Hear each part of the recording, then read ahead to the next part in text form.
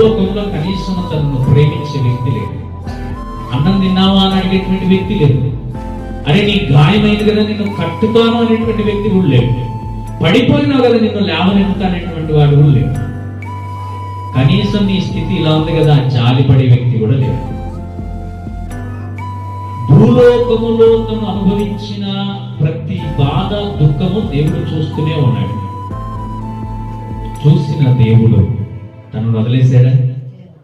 నీకేం కరువు అయిందో నాకు తెలుసు కనుక నువ్వు వెళ్లాల్సినటువంటి ఉండాల్సినటువంటి స్థలం ఇది కాదని అబ్రహాము రొమ్మున ఆయన ఆనందంగా సేద తీరుతాడు. ప్రేమ కరువైంది. తను చూసుకునేవాడు లేరు, పట్టించుకునేవాడు లేరు.